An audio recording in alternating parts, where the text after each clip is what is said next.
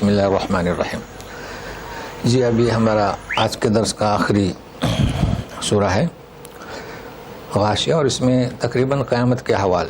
تو ظاہر ہے کہ قیامت کے احوال تو ہم پر منکشف تو نہیں ہوں گے، لیکن ہے کہ پھر بھی جو ضروری باتیں ہیں وہ بیان کر رہا ہوں. اعوذ باللہ من الشیطان الرجیم. بسم اللہ الرحمن الرحیم. هل اتاک حدیث الغاشیہ. غاشیہ یعنی کیا؟ چھا جانے والی. جیسے کہ واللیل اذا یغشی، تو رات چھا جاتی ہے نا، تو اس سے مراد کیا؟ قیامت. تو قیامت بھی چھا جائے گی، ہر ایک کو اپنے دامن میں سمیٹ لے گی، نیک ہو، فاجر ہو، مومن ہو، کافر ہو. اس لیے اس کا نام غاشیہ ہے، جیسے رات سمیٹ لیتی ہے اپنے دامن میں. لیکن یہ سمجھنا ہے حل کو. حل ابھی جیسے ہم نے آپ کو بتلایا کہ ان 3 قسم کا ہوتا ہے نا، یہ چیزیں سمجھ میں آ گئی نا تو کافی مدد ملتی ہے. حل اتاک حدیث الغاشیہ. اب ایک ترجمہ تو کر دیے کہ کیا تمہارے پاس غاشیے کا بیان آیا؟ جبکہ آیا، بیان کیا جا چکا ہے. اس لیے تو کہہ رہے ہیں نا کہ وجوہ یومئذ خاشیہ. تو حل کا کیا مطلب؟ حل کا ہمیشہ کیا کا مطلب نہیں ہوتا ہے. ایسا لگ رہا ہے کہ جیسے پوچھ رہے ہیں، اللہ تعالیٰ پوچھ نہیں رہے ہیں. میں ایک اردو میں مثال دیتا ہوں. جیسے کہ آپ آئے، بیگم سے پوچھا کیا بنائے بھائی آج؟ کیا مطلب؟ کیا پکائے؟ ہے نا، سوال کر رہے ہیں. آپ کے سامنے ڈش رکھ دی، کیا بنایا آج؟ کیا مطلب؟ اللہ ورڈ وہی ہے، کیا لفظ وہی ہے، کیا بنایا، کیا بنایا. تو پھر عربی میں بھی وہی ہے بولنے کا انداز. تو حل عطا یعنی کیا آیا نہیں ہے تمہارے پاس، غاشیہ کا قصہ آیا. تو عربی والے نے تو بریکٹ میں لکھ دیا ہے کہ حل بمعنی قد. اب سمجھیں گے کیسے؟ تو یہ مثال میں نے آپ کے سامنے رکھا جو عام طور پر ہر ایک کے ساتھ پیش آتی ہے. چلیے. وجوہ یومئذ خاشعہ. خاشعہ، ہم اپنے آپ کو سجدے میں اللہ کے نزدیک پست کرتے ہیں، یہ مطلوب ہے، مگر کچھ چہرے اس دن ذلیل ہوں گے. اب دیکھو مرکزی معنی ثابت ہیں. ہم سجدے میں اپنے آپ کو پست کرتے ہیں، ہم کچھ بھی نہیں، ہم خاک ہیں. مگر یہاں قیامت کے دن مجرمین، اس لیے وجوہ کچھ چہرے. اچھا چہرے کیوں کہا گیا بھائی، انسان کیوں نہیں؟ اس لیے کہ چہرہ اس کی حالات کا ترجمان ہے. اگر وہ ناراض ہے تو ہاتھ دیکھ کر معلوم نہیں ہوگا، چہرے پر اثر ہوتا ہے. غصہ ہے، خوش ہے، اس لیے ان کے چہرے دیکھیں گے کہ وہ ذلت اور رسوائی چھائی ہوگی. عاملۃ ناصبہ. عاملۃ عمل کرنے والے، تو وہ چہرے یعنی وہ لوگ عمل ایسا کرتے تھے دنیا میں، تھکے ہوئے ہوں گے اب، چونکہ ان کا عمل صحیح نہیں تھا. اب وہ آئے قیامت کے دن تو کیسے ہوں گے؟ ذلیل رسوا چہرے، یعنی وہ خود اور تھکے ہوئے ہوں گے. تصلی نارا حامیہ. داخل ہوں گے کھولتے ہوئے آگ. تسقا من عین آنیہ. تسقا، پلایا جائے گا ان کو پانی، ایسا چشمہ جو کھولتا ہوا. اب آنیہ صفت کس کی؟ عین کی، پانی کے لیے کھولتا ہوا. اور نار کو صفت کون سی؟ حامیہ. لیس لہم طعام الا من ضریع. ان کے لیے ضریع کے سوا کوئی کھانا نہیں ہوگا. اب دیکھیں لیس نافیہ یعنی نہیں، تو ما لا کے ساتھ لیس بھی، ان بھی 4 ہو گئے نا جمع. جی، تو نہیں ہوگا ان کے لیے کھانا مگر ضریع. تو اب ترجمہ کیا کر سکتے ہیں مثبت؟ ان کے لیے صرف ضریع کا کھانا ہوگا. مگر پھر سوال پیدا ہوتا ہے، لہذا نوٹ کریں، نوٹ کر لیں کہ سورہ دخان 43 آیت نوٹ کریں. ان شجرۃ الزقوم طعام الاثیم. زقوم کا پھل گنہگاروں کا کھانا ہوگا. پھر حقہ میں جائیے 36 نمبر آیت، 36 کے اب عادت ہو گئی 36. ولا طعام الا من غسلین. اب جہنم میں کھانا کون سا ہوگا؟ دھون. وہ جو خون پی بہے گا نا، اوہو، یہ ان کے لیے کھانا ہوگا. اب 3 آیتیں آپ کے سامنے ہوئی ابھی کی. یہ کیا ہے کہ لیس لہم طعام الا من ضری، ایک جگہ زقوم ایک جگہ گسلین، کیا مطلب یہ تو سمجھنا ہے نا۔ ضری بھی زقوم کی ایک شکل ہے، یعنی کانٹے دار پھل، اس کو کچھ کہتے ہیں یا دنیا میں، شاید پھوڑ کا پھل ہے کیا پتہ نہیں، لیکن ہے یہ دنیا میں بھی پایا جاتا ہے اور زقوم کا بھی پایا جاتا ہے۔ لیکن ہمیں کیا سمجھنا ہے کہ یہ تین کیسے، تو آپ کو آیت یاد ہوگی منافقین کے بارے میں، ان المنافقین فی الدرک الاسفل من النار، یاد ہوگی نا آپ کو۔ تو درک یعنی نیچے اور درج یعنی اوپر، یہاں کہتے ہیں بس درج، تو درج سے آپ اوپر چڑھتے ہیں لیکن درج سے نیچے اترتے ہیں، فرق ہے لغت کے اندر اور قرآنی ڈکشنری میں۔ یہ اور بات ہے کہ آپ کسی کہیں بھائی نیچے اترو تو یہ عام لغہ ہو گئی، لیکن قرآنی لغہ نہیں ہے۔ قرآنی لغہ اوپر جنت والوں کے لیے درج درجات، نیچے جہنم والوں کے لیے درک درکات۔ اب تو درجات جیسے جنت والوں کے لیے ہوں گے، فردوس ہے اور کئی نام، دارالسلام ہے، جنت کے نام بھی جان چکے ہیں، تو مجرمین کے لیے بھی درکات ہوں گے۔ اب درجات نہیں کہہ سکتے، اس لیے میں نے پہلے اس کو سمجھایا۔ منافقین کے لیے کیا ہوں گے، مجرمین کے لیے درکات ہوں گے۔ تو ایک درکا میں زقوم، ایک درکا میں گسلین، ایک درکا میں ضری، بات ختم۔ چلیے، لا یسمن ولا یغنی من جوع، اب جو کھانا ملے گا چاہے زقوم ہو، چاہے ضری ہو، چاہے دھون ہو، نہ موٹا کرے گا اور نہ ان کے بھوک سے بے نیاز کرے گا۔ لا یغنی من جوع یعنی بھوک کے مقابلے میں کچھ بھی کام نہیں آئے گا۔ اب دوسرے چہرے، وجوہ یومئذ ناعمہ، کچھ چہرے ایسے ہوں گے، نعم یعنی اسے آج کل کہتے ہیں کیا، سافٹ کے بولتے ہیں نا، تو چہرے پر ان کے کیا، ہم کیا کہیں گے، حشاش، بس یعنی بالکل سنجیدگی، اصل میں نائم کے معنی سنجیدگی۔ تو سنجیدہ کون ہوتا ہے، اس کے حالات اچھے ہوتے ہیں، وہ دیکھے گا کہ اللہ کے میرے تعلقات اچھے ہیں تو وہ بالکل کیا، نرم، ناعمہ، اللہ اللہ، سنجیدگی والے۔ لسعیہا راضیہ، لسعیہا، ہا کی ضمیر وجوہ، جو انہوں نے کوشش کی ہوگی، یعنی ہم جو کوشش کریں گے، راضیہ، ہم راضی ہوں گے اللہ، چونکہ وہاں یقین ہو جائے گا کہ اب ہماری نجات ہے، اللہ کے ہم مقبول ہیں۔ فی جنت عالیہ، بلند جنتوں میں، اب وہ کہاں ہوں گے، عرش کے پاس بھی ہے، ساتھ بھی ہے۔ لا تسمع فیہا لاغیہ، لاغیہ لغو سے، اس میں کوئی لغو بات نہیں سنیں گے۔ وہ یہاں سنتے ہیں نا، کتنی بھی اچھا آدمی ہو، رسولوں کے بارے میں لوگوں نے لغو بات کی ہے، تو ہم اور آپ کیا ہیں، وہاں یہ چیز نہیں ہوگا، نہ کوئی اشارے سے کہے گا، نہ کوئی عیب لگائے گا۔ فیہا عین جاریہ، اس میں چشمے کیسے ہوں گے، جاری، بھائی چشمہ ایک تو تھما ہوا رہتا ہے نا، یہ جاری رہے گا۔ فیہا سرر مرفوعہ، شریر کی جمع سرور، بلند ہوں گے، کیا کہیں گے اسے، قالین آج کل کی لینگویج میں۔ واکواب موضوعہ، اب موضوع کب جو ہوں گے، اتفاق سے کب اور کب، یہ مناسبت سے، تناسب سے رکھے ہوئے ہوں گے، جیسے کہ ہم لوگ وہ کباڑ رہتا ہے شو کیس، اس میں جیسے رکھتے ہیں نا، بالکل تناسب سے خوبصورت نظر آئیں گے۔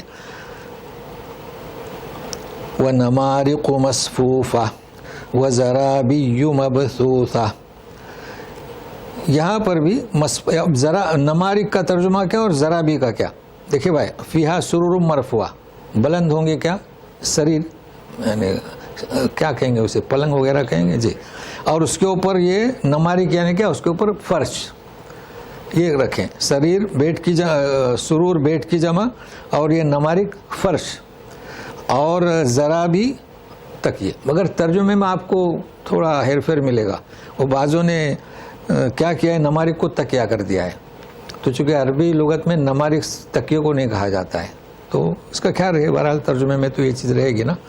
تو شریر کے معنی بیٹ کریں اور نمارق کے معنی قالین کریں یا فرش کریں، اور زرابی کے معنی تکیے کریں، پھیلائے ہوئے اور بچھائے ہوئے۔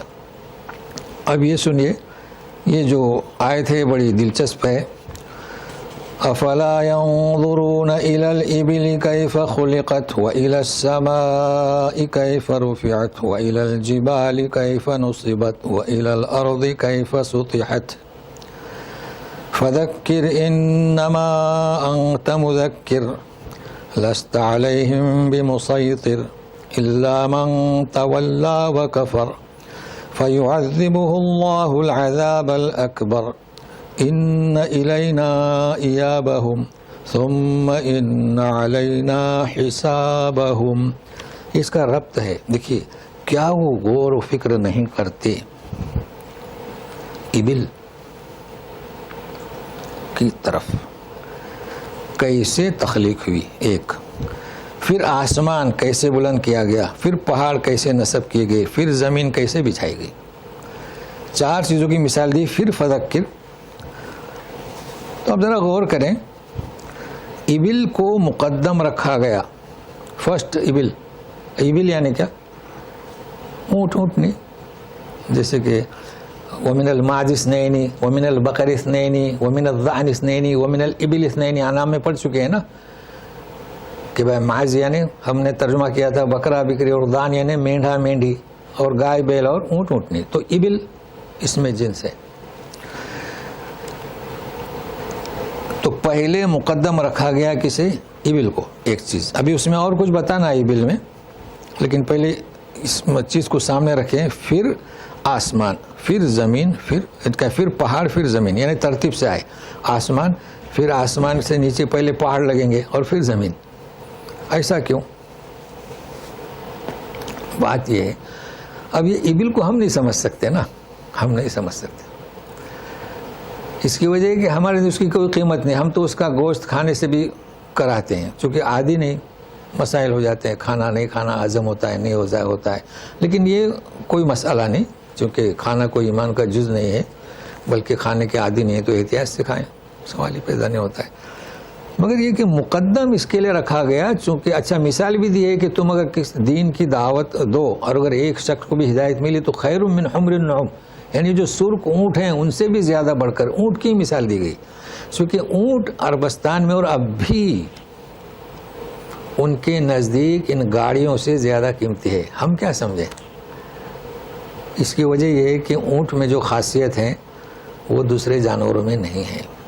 پہلی بات یہ کہ جب یہ صحرا میں جاتے تھے تو کئی گھنٹوں دنوں اگر پانی نہ ملے تو جانوری کو اونٹ کو کوئی اثر نہیں ہوتا تھا، کیونکہ یہ اپنے اندر، جیسے آپ جانتے ہیں، اپنے اندر اسٹاک رکھتا ہے پانی کا. ابھی دوسرے جانور بھی رکھتے ہیں، جسے کہتے ہیں کہ جگالی کرنا ہے نا. چارہ چرتے ہیں، پھر گرمی میں دوپہر میں بیٹھ جاتے ہیں اور وہ نکال کر پھر اسے جگالی کا نام ہے اردو میں، ہندی میں بھی جگالی کہتے ہیں. لیکن اونٹ کی بات اور ہے. اونٹ یہ ایک تو پریشانی، سفر کا ساتھی، کوئی معمولی چیز نہیں ہے سفر کا ساتھی. اب یہ کہ میں نے اوراق میں پڑھا، یہ تو پتہ نہیں، تو انہیں سے پوچھنا ہوگا. وہ کہتے ہیں کہ کبھی ضرورت ہوئی تو وہ پانی اس سے نکلوا کر، کوئی طریقہ ہوگا ان کے پاس، ہم تو نہیں سمجھ سکتے، چونکہ وہ پیٹ سے نہیں نکالتا ہے پانی، وہ الگ اسٹور کرتا ہے، تو وہ ناپاک نہیں ہوتا ہے. معدے سے نکلا ہوا پانی تو ناپاک ہو نا، ناپاک ہوا تو وہ کچھ ایسی حرکت دیتے ہیں کہ وہ پانی نکل آتا ہے، مطلب مجبوری کی شکل میں. تو اس کی قیمت ہم نہیں سمجھ سکتے، اس وجہ سے پہلے آیا ہے. اب ہم ابل کے بارے میں بتاتے ہیں. سورہ یوسف میں آپ پڑھ چکے ہوں گے، بعیر کا لفظ ہے نا، بعیر کا لفظ ہے، اور ناقہ کے بھی لفظ ہے، ھذہ ناقۃ اللہ. تو یہ میں بتانا چاہتا ہوں کہ ابل کسے کہیں گے. بھائی مثال ابل کی دے تو ابل سب میں اقوا، اور جمل ہے نا، یہ سب نام ہے. تو ابل جب وہ جوان ہو اور اس پر آپ سواری کریں وہ جمل ہے،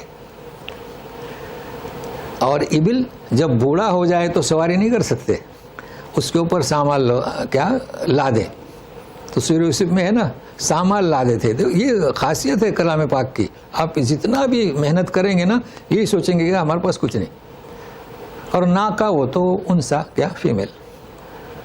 تو کہیں ابل، کہیں بعیر، کہیں ناقہ. تو یہ ہم بتانا چاہتے تھے. اور خاص اس کی جو اہمیت ہے، اسے مقدم کیوں رکھا گیا. ہاں بعیر جس پر لادا جائے، سورہ یوسف میں کیا ہے، اس بعیر پر سب نے لادا تھا نا سامان، تو وہ چونکہ بوڑھا ہو جاتا ہے. اب جب بوڑھا ہو جاتا ہے تو آپ سوار نہیں ہو سکتے، کیونکہ جس پر آپ سوار ہوں گے نا تو اس میں وہ قوت ہوتی ہے آپ کو سنبھالنا، لے جانا، پھر آپ دوڑاتے بھی ہیں نا جی. اور بعیر وہ پھر سلو چلتا ہے، سمجھ گئے جی. تو اسے بعیر اور سورہ یوسف میں ہے بعیر. اور جو کھانے میں 8 جانور وہ اس میں ایبل کا ذکر ہے.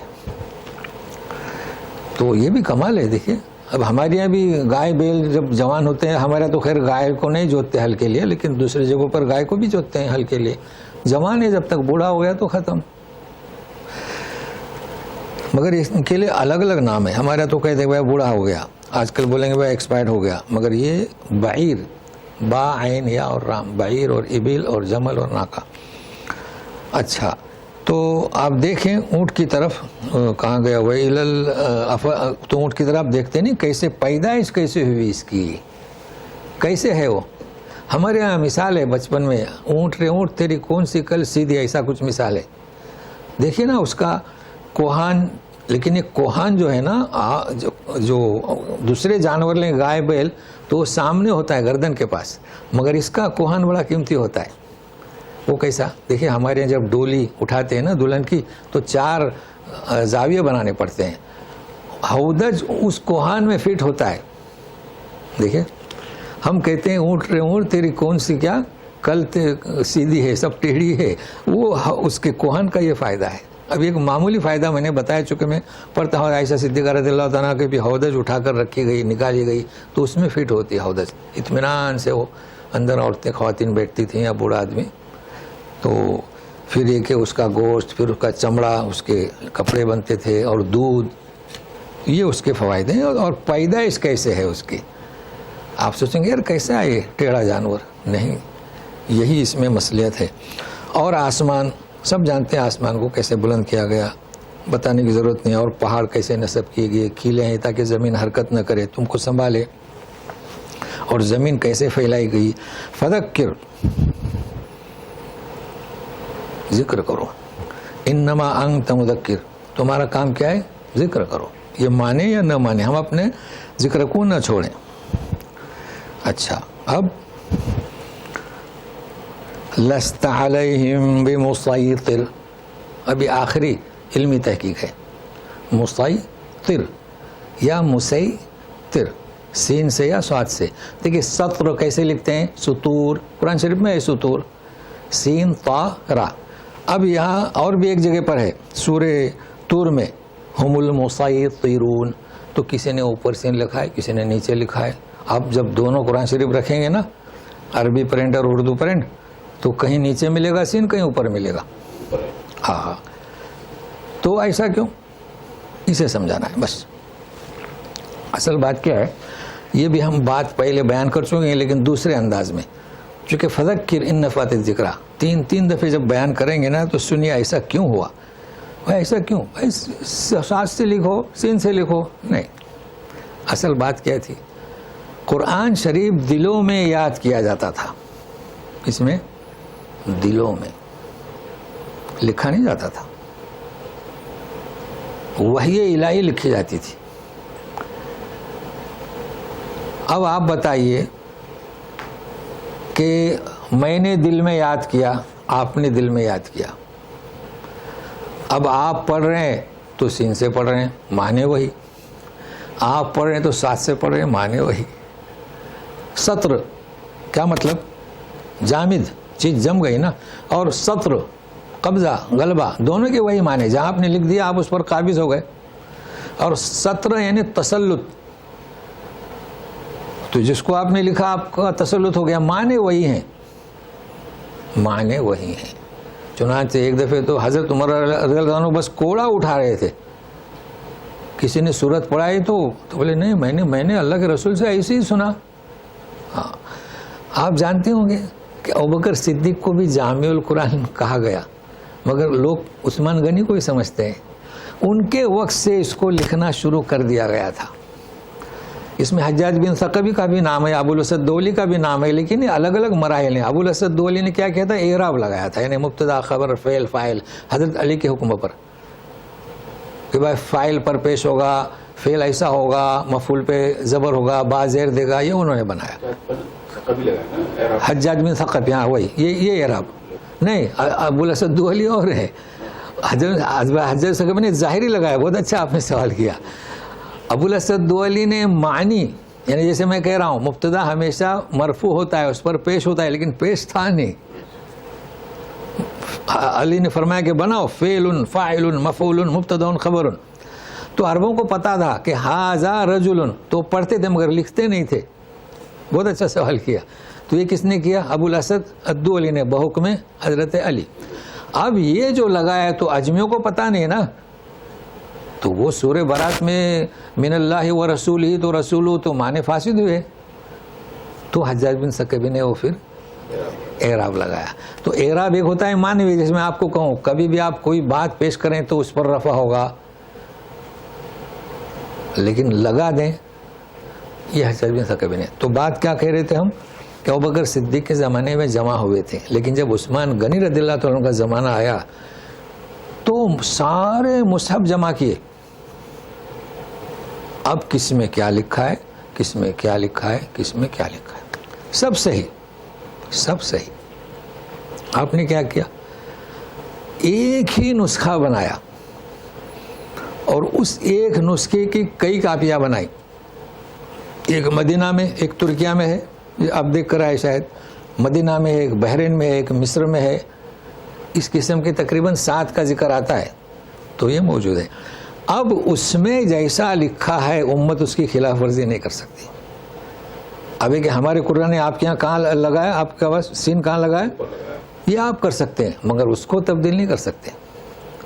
کویت کا قرآن شریف لیجئے تو وہ نیچے لگائیں گے، یہ کر سکتے ہیں، لیکن آپ قرآن شریف کے حرف کو تبدیل نہیں کر سکتے. کیوں؟ عثمان غنی کے اس رسم کو امت نے قبول کیا ہے. آپ جانتے ہیں کہ کیا لوگوں کے پاس پیسے نہیں؟ حتیم کیا ہے؟ یہ حتیم کعبے کا حصہ ہے. تو کیا حکومت کے پاس پیسے نہیں ہے؟ دیوار تو بنانا ہے، کون سا اس میں خرچہ ہوتا ہے؟ امام مالک کے زمانے سے چل رہی تھی بات. کیا ان لوگوں کے پاس پیسے نہیں تھے؟ بس قریش کے پاس نہیں تھی رقم، تو اس وقت کی حالت تو وہ خالی رہ گیا. انہوں نے فتویٰ دیا کہ نہیں، ہرگز نہیں. نبی کریم صلی اللہ علیہ وسلم کے زمانے سے جو چلا آ رہا ہے ویسی ہی حالت میں رکھو. کیوں؟ اگر آج آپ نے بنائے، کل دوسرا مفتی، انہوں نے مفتی نہیں کہا، کل دوسرا آئے گا بولے گا نہیں اس زمانے میں نہیں تھا، توڑ دو، پھر توڑ دے گا. پھر اس کے بعد آئے گا نہیں بناؤ، بولے ایسا مت کرو، نہیں. اسی لیے کسی کی آج تک ہمت نہیں ہوئی. تو اسی طرح یہ مصحف آپ پڑھیں، کچھ بھی پڑھیں آپ، جیسے کہ الحمدللہ رب العالمین الرحمن الرحیم مالک یوم الدین ورش پڑھتے ہیں. قدس کے امام شیخ الجزائری سورہ فاتحہ جب اگر آپ جائیں تو مالک یوم الدین پڑھتے ہیں. آپ پڑھیں مگر لکھیں گے ویسی. تو یہ ہے مسیطر، لیکن فرق ہے دونوں میں. سین کا مطلب کیا؟ لست علیہم بمسیطر، آپ ان پر داروغہ نہیں، آپ کا ان پر تسلط نہیں. لیکن اگر آپ صاد سے پڑھیں گے تو مکمل تسلط نہیں. تو مسیطر میں سین سے تھوڑا ہلکا ہے، تھوڑا ڈھیلا ہے اس میں، اور صاد سے مکمل، کوئی بھی گنجائش نہیں. جی یعنی آپ کہیں گے کہ انا مسیطر، یعنی آپ کا قبضہ ہے لیکن مکمل نہیں ہے، ابھی ہاتھ میں نہیں آیا. اور مسیطر مکمل قبضہ. الا من تولا وکفر. ابھی اللہ کیسے؟ یہاں تو کوئی نافیہ نہیں ہے نا، نہ ان ہے، نہ ما ہے، نہ لا ہے، نہ لیس ہے. ابھی تو 4 ہو گئے نا آپ کے پاس نافیہ کے حروف، نوٹ کر لیں. تو پھر اللہ کیسے ہے؟ آپ کسی پر داروغہ نہیں. ہاں مگر بات یہ ہے، دیکھیں وہی جو اسٹائل ہم نے بتایا کہ کیا بنایا آج، کیا بنایا جی. ہاں مگر یہ کہ جو تولا، روگردانی کرے اور کفر کرے، فَيُعَذِّبُهُ اللَّهُ الْعَذَابَ الْأَكْبَرَ، تو اللہ تعالیٰ اسے عذاب اکبر دے گا. تو آپ یہ بھی نوٹ کر لیں، عذاب اکبر، نار الکبریٰ. ان الینا ایابہم، یہ ایاب اردو میں استعمال ہوتا ہے، لوٹنا ہماری طرف ہے. یہاں بھی ذہاب و ایاب، جانا اور آنا، ایگزنٹری کو. ثم ان علینا حسابہم، پھر ہم پر ہے حساب کتاب. تو بہرحال آج ہم نے تینوں صورتیں ختم کی. کچھ 5-10 زیادہ لگے ہیں چونکہ کوئی بات رہ نہ جائے، پھر بھی آپ کو وقت ہے, آپ کچھ سوال کرنا چاہتے ہیں تو کر سکتے ہیں, یا پڑھا دیں پہلے. اعوذ باللہ من الشیطان الرجیم الا من تولی وکفر فیعذبہ اللہ العذاب الاکبر ان الینا ایابہم ثم ان علینا حسابہم. تو انشاءاللہ توفیق شامل ہر رہی تو اسی طریقے سے آپ کو تفصیل سے بناتے رہنے کی کوشش کریں گے, مطمئن رہیے گا اور ہم ناس تک پہنچیں گے. وعلیکم السلام. جی ڈاکٹر صاحب میرا 2 سوال ہیں. جی کہیے. تو اسی آج جو پڑھا اس سے متعلق اس سے ہٹ کے ہے. جی پہلا سوال یہ ہے کہ جو آپ ناسخ منسوخ کا بھی کوئی قانون ہے کیا, کہ کچھ بتاتے ہم نے پڑھا ہے کہ کچھ آیتیں تلاوت کے لیے رہ گئی ہیں لیکن ان کا حکم منسوخ ہو گیا ہے, اور اسی طرح کچھ تلاوتیں ہٹ گئی ہیں لیکن ان کا حکم باقی ہے. اس طرح کی کوئی بات ہے اور یہ صحیح ہے؟ یہ سوال. اور دوسرا سوال یہ کہ پوتے کو وراثت میں حصہ ملنا چاہیے. والد فوت ہو گئے, دادا زندہ ہے, دادی کی وراثت میں سے پوتے کو کیا اس کا کوئی ہے کام؟ یہ لوگ کہتے ہیں کہ نہیں ہے پوتے کی وراثت, تو یہ اتنا اہم چیز کیسے رہ گئی اسلام میں؟ یہ بہت کام موضوع ہے ایسا. جی جی دیکھو 3 سوال ہوئے ان کے. پہلا ناسخ و منسوخ, تو ایک تو ہم نے بتا دیے کہ پڑھی جاتی ہے مگر حکم منسوخ ہے. جیسے شراب کا پہلا جو حکم ہوا تھا لا تقربوا الصلاۃ وانتم سکارا, چونکہ اللہ تعالیٰ نے ہمیں پیدا کیا وہ جانتے ہیں شراب جس طریقے سے رچ گئی تھی, بس گئی تھی, تو فوراً کہیں گے حکم ہوگا کہ انڈیل دو, تو نہیں انڈیل سکتے. تو کیا حکم ہوا, یعنی جسے کہتے ہیں نا بتدریج, دھیرے بدھیرے, کہ نشے کی حالت میں نماز کو مت جاؤ. مطلب دیکھیے ظہر کی نماز کا وقت ہے, شراب نہ پیو. پھر بعد میں پھر حکم ہوا, تو یہ بالکل صحیح ہے, بعد میں حکم ہوا کہ بالکل شراب حرام. تو اب ان کو عادت ہو گئی نا اور سب انڈیل دی. اچھا دوسرا رجم, مطلب اس میں کیا آیت پڑھی جاتی ہے اور منسوخ ہے. اب دوسرا پڑھی نہیں جاتی عمل ہے, یعنی لکھنا منسوخ ہے, وہ ہے رجم کی آیت. چونکہ رجم کا ذکر قرآن میں نہیں ہے, مگر نبی کریم صلی اللہ علیہ وسلم نے رجم کا جو قصہ جسے کہتے ہیں نا دیا ہے, اور پہلے رجم کی آیت تھی مگر وہ ہٹا دی گئی. اب وہ کیا آیت تھی کسی کو پتہ نہیں. بالکل آپ کے دونوں جو آپ نے کہا بالکل صحیح ہے. تیسرا سوال پوتی کی وراثت, اس میں تھوڑا اصل میں سمجھنا ہے. اصل میں ہم آج کل کے ماحول سے دیکھ رہے ہیں نا, اس وجہ سے سمجھ میں نہیں آتا ہے. کیا سوال تھا کہ پوتے کو وراثت سے محروم کیا گیا, سمجھ رہے ہیں نا. اب یہ کیسا, پہلے اس کی نوعیت سمجھے آپ. آپ کے مان لیجئے کہ 4 بیٹے ہیں, ٹھیک ہے نا. ابھی چاروں بیٹے کے اولاد ہے وہ آپ کے پوتے کہلائیں گے, لیکن ایک بیٹا آپ کی حیات میں انتقال ہو گیا. اب جب باپ کے انتقال کا وقت آیا تو اس وقت کتنے بیٹے موجود ہیں؟ 3. چوتھا نہیں ہے, تو چوتھے کی اولاد ہے وہ باپ کے کون؟ پوتے. تو پوتے کو وراثت نہیں دی جائے گی. ہاں نہیں دی جائے گی, چونکہ اس کا باپ کب انتقال ہوا؟ جبکہ باپ زندہ تھا. ہاں ایک اور مثال ہے, جیسے کہ 4 بیٹے ہیں, باپ مر گیا, وراثت تقسیم میں کی ہوتا ہے نا, ایک افریقہ میں, ایک کویت میں, ایک کہیں بھی ہے. اب اس دوران ایک بھائی کا انتقال ہو گیا, اب وہ پوتا نہیں ہے, پوتے کو وراثت نہیں دے رہے ہیں. آپ کی غلطی ہے کہ آپ نے وراثت لیٹ تقسیم کی. اب جب تقسیم کریں گے تو ایک بیٹا نہیں ہے تو اس کے بیٹے کو, یعنی وہ باپ کا پوتا, دونوں میں فرق ہے, سمجھ رہے ہیں نا. ہاں ہاں, چونکہ ایک مر گیا لیکن باپ کے بعد مرا ہے نا, اس لہذا اس میں کچھ لوگ ایسا ظلم کرتے ہیں کہ بھائی باپ مر گیا, ابھی 4 بیٹے ہیں, وراثت تقسیم بھی ہوگی. اب تقسیم کے ایک بیٹا مر گیا تو کہتے ہیں کہ پوتے کو نہیں دینا ہے. نہیں, آپ پوتے کو کہاں دے رہے ہیں, جو مر گیا اس کا حصہ دے رہے ہیں. اس مسئلے کو ذہن میں رکھے گا. تو یہ حقیقت ہے کہ پوتے کو وراثت سے محروم. اب کیوں, یہ سوال آتا ہے. میں بات یہ ہے کہ اللہ تبارک تعالیٰ نے یہ حکم نازل کیے ہیں, ہماری سمجھ میں نہیں آ رہا ہے. کیوں نہیں آ رہا ہے؟ ہمارے یہاں کے حالات سے. اس کی وجہ یہ ہے کہ چاچا بھی باپ ہوتا ہے, چاچا یا چچا کہتے ہیں نا, وہ منزل باپ ہوتا ہے. اور پہلے یہ ہوتا تھا کہ جب بچے یتیم ہوتے تھے تو اس کی پوری کفالت کون کرتا تھا؟ چچا کرتا تھا. یہ اب آج کل نہیں ہے نا ہمارے یہاں, یہ رسم ہمارے یہاں ٹوٹ گئی. بلکہ آج کل کیا ہوتا ہے, ہم نے دیکھا ہے اگر باپ مر گیا اور اس کی خالی ایک بیٹی ہے, اس کی پوری دولت چچا ہڑپ کر لیتا ہے. اس وجہ سمجھ میں نہیں آ رہا ہے, تو اسے وراثت نہیں ملے گی پوتے کو. اچھا, اب یہ کہ نبی کریم صلی اللہ علیہ وسلم نے فرمایا, کیا اسے کہتے ہیں, وصیت. وصیت کرنا ضروری ہے, کتاب میں لکھا ہوا ہے, بلکہ پہلے فرض تھا. اب یہ وصیت جو فرض تھی منسوخ ہو گئی. کیوں؟ تو سورہ نساء میں وراثت کے تقسیم کے احکام آ گئے. تو اب جو وصیت کسے کر سکتے ہیں, باپ مر رہا ہے تو اپنے بیٹے جو ہیں اس کے, ان کو وصیت نہیں کر سکتا ہے, پوتے کو کر سکتا ہے. یعنی جس کا حصہ وراثت میں نہیں ہے اسے وصیت کر سکتا ہے. تو اب مفہوم واضح ہو گیا, اور کچھ کہیے.